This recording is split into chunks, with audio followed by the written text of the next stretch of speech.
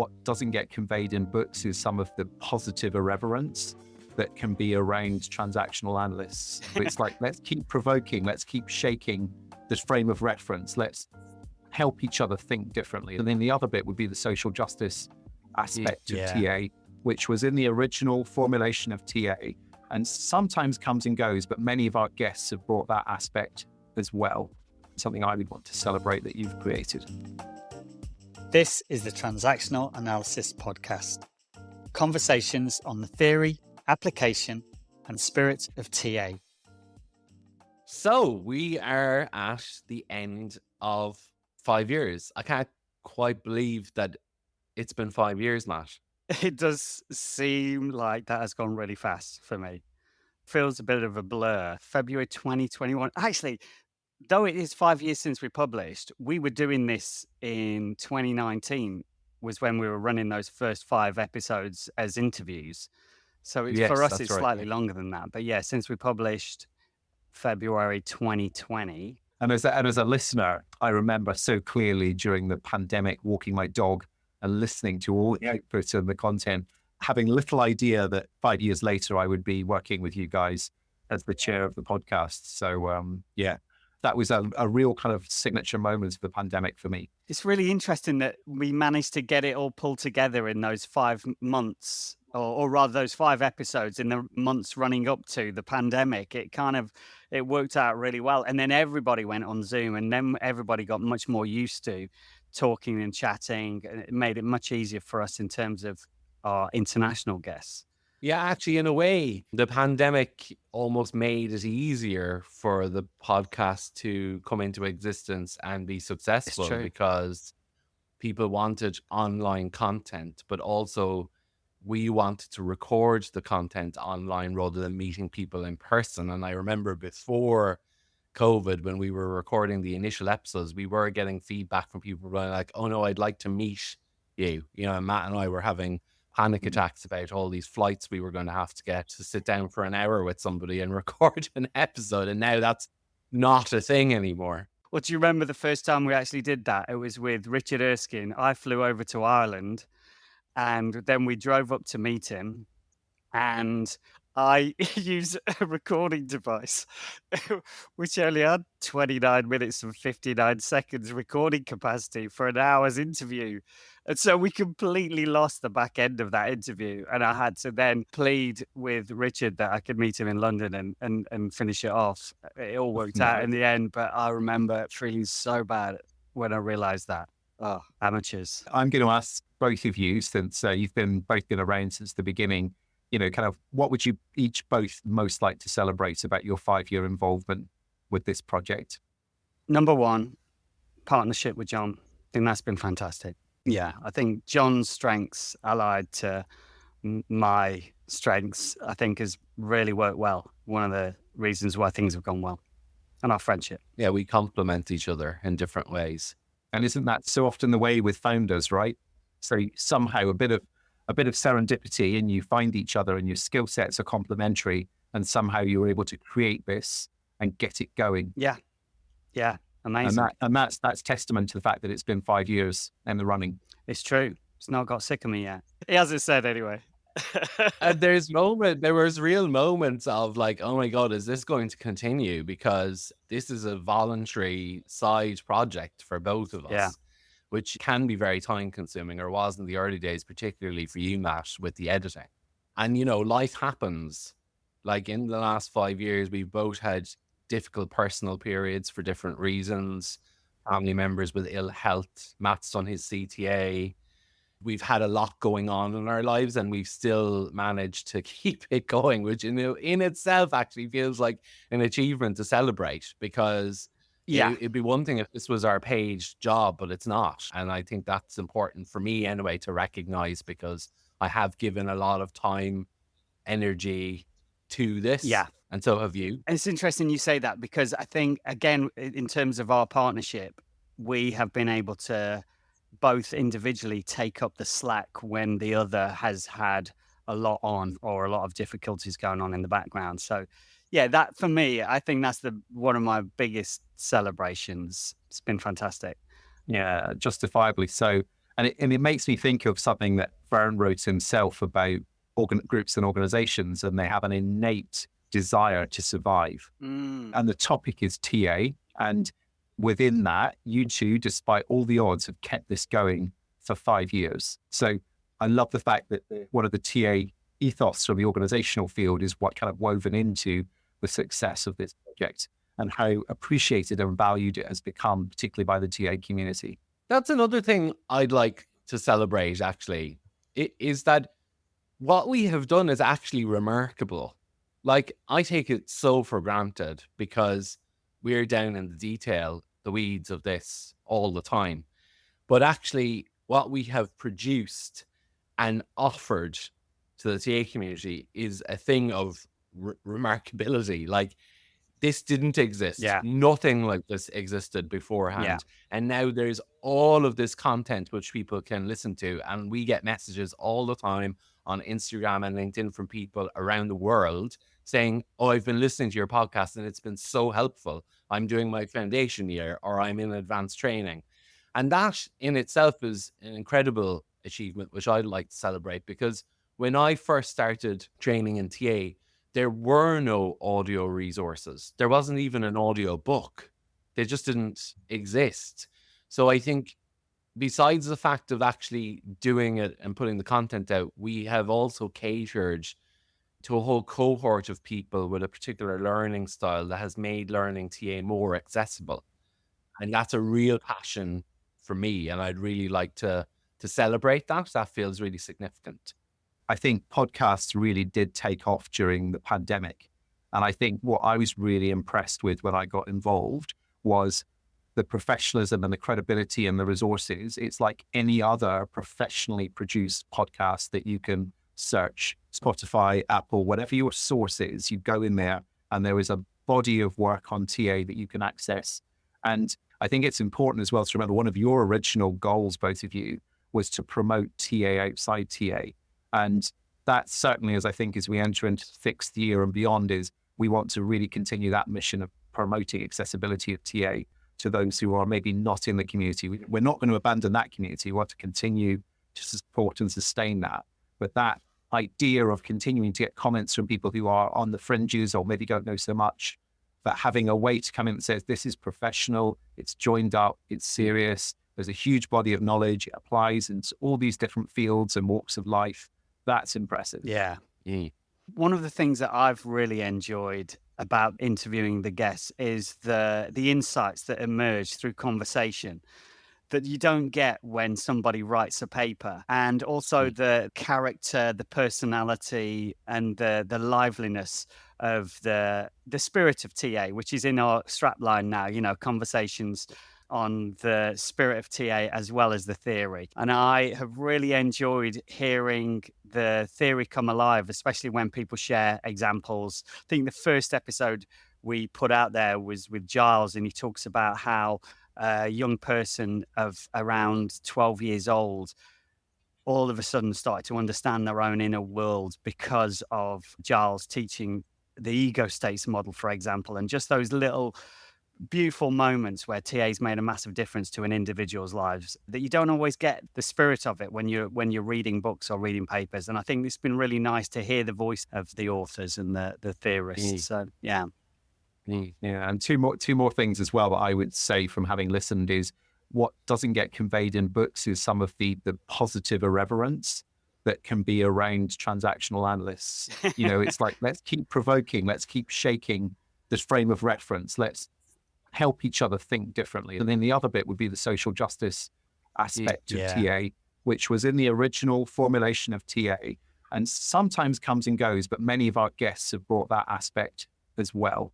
Something I would want to celebrate that you've created. The other thing on the accessibility front to mention as a celebration, which is a much more recent thing that has occurred to celebrate only last week, we are now on YouTube, which has always been a goal of ours, is to get the podcast onto YouTube, and we've done it. So I want to celebrate that, because for people listening, you might be thinking, oh, that must be really straightforward. It isn't. It is not straightforward at all. And we're on YouTube. And what that now means is that people can watch the podcast, and I say watch because I'm talking about having closed captions up on the video, and you can now watch the podcast in any language that YouTube offers, which is an enormous feat. So it means that we are recognizing that globally there are many, many, many people in the CA community who do not speak English. And we've always wanted to make the podcast as accessible as we possibly can. And that's now been made possible by being on YouTube and having this closed captions feature.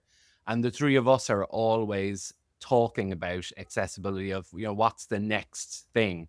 Like Matt and I had a conversation 6 months ago about potentially using this new AI tool, which would auto-generate translation into any language if you were listening to it. Which, the fact that even exists is mildly scary, but also seems incredibly great. Yeah. And these are the things that we're always thinking about. So I think we are also at the forefront of embracing technology and AI within the TA community and leading the way on that sort of technology enablement, which feels really good. It does. It's really exciting, that one. The fact that somebody who is where English is a difficulty and they're not going to have access to this great resource, that they'll be able to go on YouTube and be able to read the captions, and then hopefully, like you say, in the future, be able to hear it in their own language as well. Yeah. And then TA has always been global, but there are countries around the world where there's less TA. And so this is a really important way, this YouTube accessibility, to make sure that people can access the ideas of TA if you are in a country where there is less of an established presence or formally kind of accredited TA teachers and supervisors. It's been a good 5 years. And now we're taking a winter break. So we're not putting anything out, or we're not going to do anything until February 2025, which will be the start of our 6th year. The last 2 years especially has been very consistent, very busy. And part of the reason why it's been so busy is we were receiving sponsorship. We got sponsorship from the ITAA and ARTA, European Association, and the International Association for Transactional Analysis. And they sponsored us to put out an episode once a month, every month. And so we've been pretty consistent with that. And now that sponsorship agreement is coming to an end. And so that's why we're able to take a bit of a break, which will be nice. And I think at this point, we really want to thank sincerely ITAA and IATA, and particularly the people who are really closely involved from those two bodies, who have been such passionate advocates for the podcast and its output and supporting us in all sorts of ways. We are incredibly grateful for their support through that period. It's made a huge difference. The sponsorship and the support we've received over the past 2 years has made a huge difference to the podcast, to John and I, in terms of what we've been able to do, the resources that have been available to us, getting a professional podcast manager to edit and run the social media has been brilliant. And especially what I wanted to do is thank the people involved in the quality assurance team, because they have month on month listened to every podcast before it's got published, sent back feedback to us. If anything they thought may need to be considered or addressed, then we've done that. And so we're very grateful. So to Steph, Anna Maria, and more recently Alvin and Denise, we're really grateful for the time and the effort and the support that you've given us. It's been wonderful. And I want to just highlight Steph, who has championed this for even before she was in the quality assurance. Since she was a guest on the podcast, she's been pushing for us to be receiving some kind of support from the community. So, yeah. I think it's worth restating, Matt, that for the transactional analysis community, the Transactional Analysis Journal has been an absolute underpinning bedrock of TA. It's where articles and thinking get published. And we've always been very clear that the podcast is not an academically referenced journal, but it plays a complementary role to the TAJ in establishing an oral canon that will always be available to the TA community. And, and that's also why both of you were really clear that you always wanted the podcast to be for the good of all TA and not particularly aligned to one association or another. So I think it's worth restating that. And I think with that, a reminder again, this is an entirely voluntary run organization. I want to ask John to introduce our latest funding campaign, and also for those that don't know what a Patreon is. So John, take it away. So up until now, so 5 years in, we haven't asked you for monetary support. And that's changing now. Now we are asking you for monetary support. We know that what we're offering is of value. It is a voluntary-led organization. Like James said, it's a not-for-profit. So all of the money that comes into the organization is used for the production of the podcast. And the podcast costs money to run. That's a reality. And as our sponsorship agreement we've had in the last 2 years comes to an end, we've decided that we're going to diversify our funding streams. And one of those is by asking you to support us. So what James mentioned there, Patreon is the platform in which we're going to be asking you to support us. Patreon is something that got set up maybe about 10 years ago, I think, probably. And it enables organizations like us or small enterprises to ask for a monthly subscription support. So for example, ours is $3 plus VAT. You can sign up anytime and you can cancel at any time. So there's no long-term commitment, whatever works for you. And we will just greatly appreciate any support that you are willing to give us. And that's kind of the starting point, I guess, of our diversification. We're also looking for other funding streams. So we won't be just relying on Patreon. And also there's scope on Patreon for us to do additional things like offering additional content. And we're exploring that at the moment. Yeah. And next year, if that's viable, we might offer additional tiers on Patreon and then provide additional benefits to people who are listening. And again, I want to be really clear. This is not a paywall. No. This is not us putting the podcast behind a paywall and saying you're going to have to pay for it. That's not the long-term agenda here either. This isn't the beginning of paywall. Yeah. So I want to be really clear that the three of us are very clear that we want the podcast to remain open source. Yeah. We know that there's so much benefit in this just being available to the public, totally free of charge.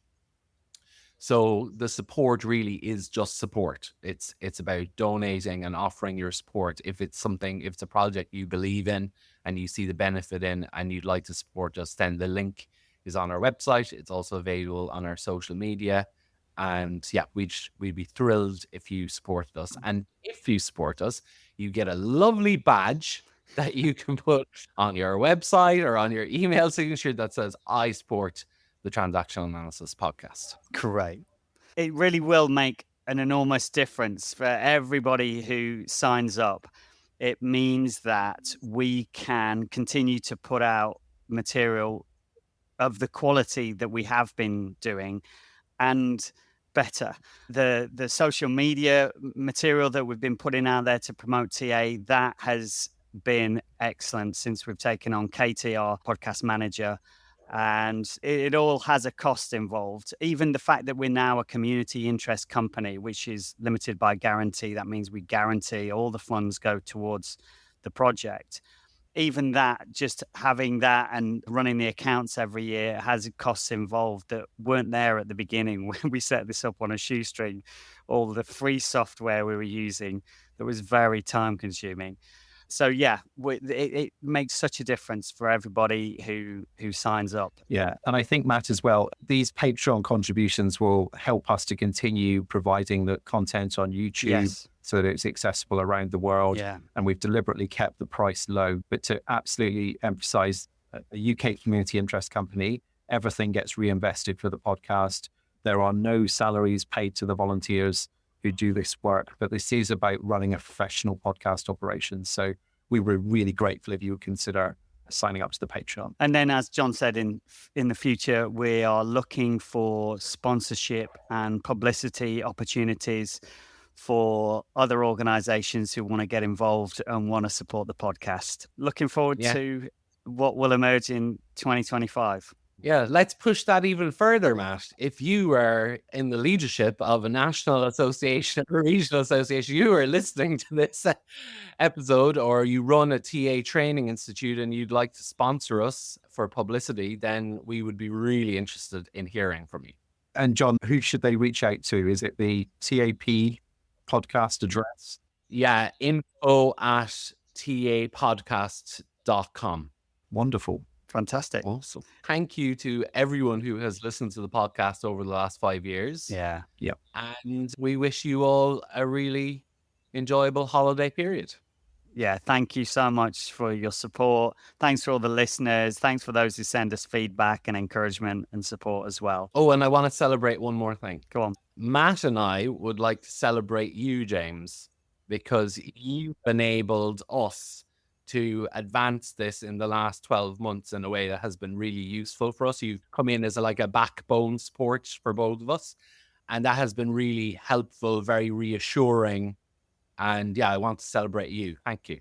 Yeah, thanks. Well, thank you both. I've so enjoyed getting involved with the podcast because the professionalism of what you're already doing is wonderful. And this is about kind of, for me and my role, how can we ensure the longevity of this project and its sustainability beyond its founders? Sorry, guys, but I know you would both agree with this, that we want this to exist in the TA canon for enduring times, basically. Yeah, when we've stepped back, we want it to be that other hosts and co-hosts take over, and there'll be new co-hosts joining the team in the coming months. That this continues regardless of which individuals are involved. I think you have made such a difference with that, James, and especially when it comes to giving us the psychological support when going through transition. That has been really wonderful. Really appreciate it. It's been a pleasure. So we look forward to reconnecting with you all in 2025. Bye. Bye for now. See you soon. As always, if you found anything in today's episode interesting, please feel free to reach out. You can visit our website, which has lots of information and resources, tapodcast.com. You can connect with us on all major platforms such as Instagram, LinkedIn, and Facebook. And you can email us at info@tapodcast.com. If you aren't already, please follow us wherever you get your podcast from. And we would really appreciate a review on the platform you're listening on as well. It helps raise the profile of the podcast and TA. Thanks for listening.